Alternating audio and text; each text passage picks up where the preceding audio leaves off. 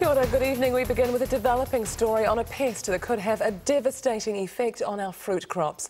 The Queensland fruit fly costs the Australian economy $160 million a year. Now the insect's just been found in an Auckland suburb. The discovery coming as we get a clearer idea of the high price we're already paying for a kiwi fruit disease. We have those details shortly, but first to Lisa Owen. Lisa, what's the latest you have on this fruit fly alarm?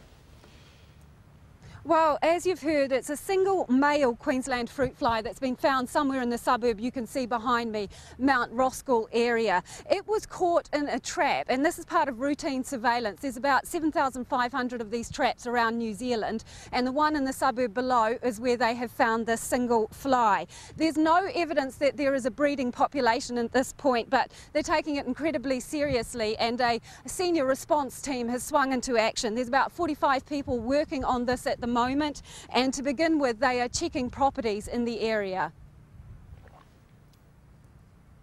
We're relaying new traps around the Mt Roskill wider area.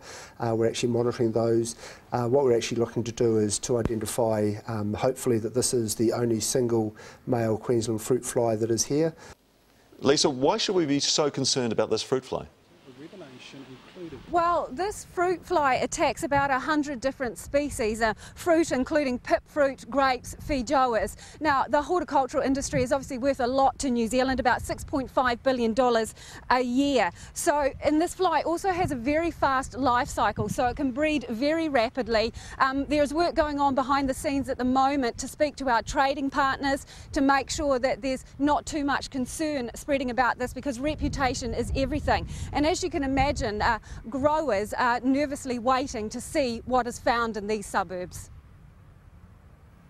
Certainly this is just one find of one fruit fly, so it's not established here, but if it were to establish, yes, definitely that's potential impact of millions of dollars on the horticulture industry.